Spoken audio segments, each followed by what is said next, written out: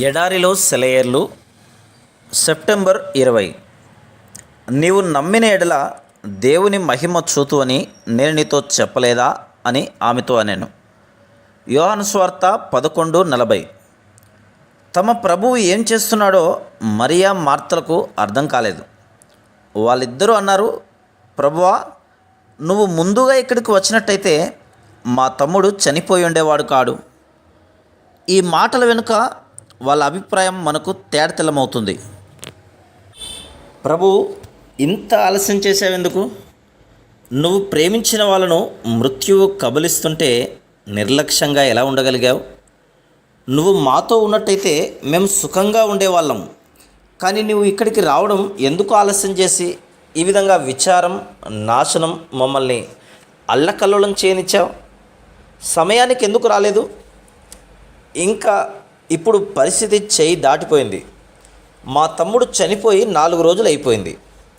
దీనంతటికీ సమాధానంగా యేసు ఒక గొప్ప సత్యాన్ని చెప్పాడు.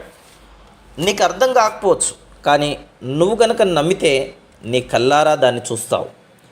తన కుమారుణ్ణి బలి ఇవ్వమని దేవుడు ఎందుకు అడిగాడో అబ్రహాముకు అర్థం కాలేదు.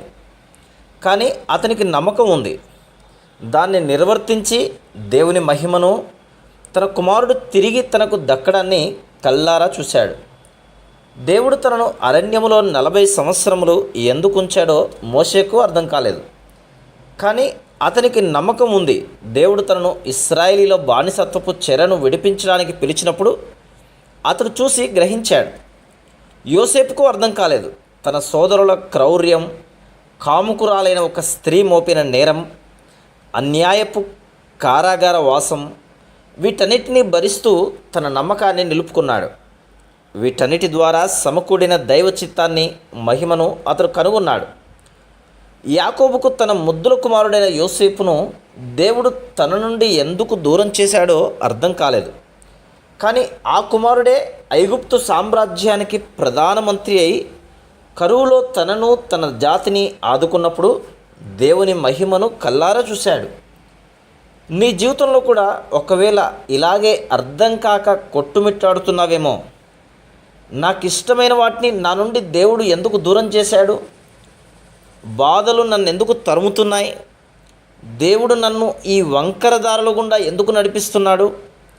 నా దృష్టికి మేలైనదిగా కనబడే నా పథకాలన్నీ విఫలమైపోవడం ఎందుకో అర్థం కావడం లేదు. నాకు అత్యవసరమైన ఆశీర్వాదాలు దయచేయడానికి దేవుడు ఇంత ఆలస్యం చేస్తున్నాడేంటి అనుకుంటున్నావేమో. స్నేహితుడా, నీ జీవితంలో దేవుడు చేస్తున్న వాటినన్నింటినీ నువ్వు అర్థం చేసుకోవాల్సిన అవసరం లేదు. నువ్వు అర్థం చేసుకోవాలని దేవుడు అనుకోడు. నీ చిన్న కుమారుడు నువ్వు చేసే పనులన్నీ అర్థం చేసుకోగలుగుతున్నాడా? అందుకనే కేవలం నమ్మిక మాత్రం ఉంచు. ఒక రోజున నీకు అంతుబట్టని ఈ విషయాల్లో దేవుని మహిమను చూస్తావు. జీవిత ద్వారాలు తెరిచి, దైవ జ్ఞానాన్ని తరచి, సందేహాలు మరచి వెదికితే అవగతమవుతుంది. ఈరోజు కాదు, తొట్టుపడకు హృదయమా. దైవ సంకల్పం అడవి పూలవలే వికసిస్తుంది. రేఖలను, బలిమిని విడదీయకు. విరిసిన రోజున చూడు వికసించిన అందాన్ని.